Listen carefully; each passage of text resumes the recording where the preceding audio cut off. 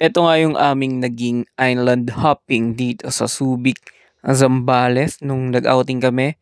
And ayan, so first time ni Skylar and ni Mommy ng dagat 'no at, una namin pinuntahan diyan, hindi kami nakababa pero 'yan pinasilip sa'min yung White Castle.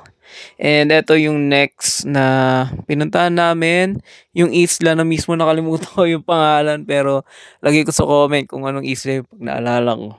At, eto nga is yung bangka na ginamit namin, 1.5 'no, for max of 15 katao na 'yan at, 1 hour kayo diyan sa isla and meron siyang parte 'yan pambata 'yan, mababaw lang kung mapapansin niyo and yung mga bato lang medyo pino 'no, makakaramdam kayo ng medyo nakakatusok. So, okey din kung magdadala kayo ng tsinelas diyan sa parteng 'yan.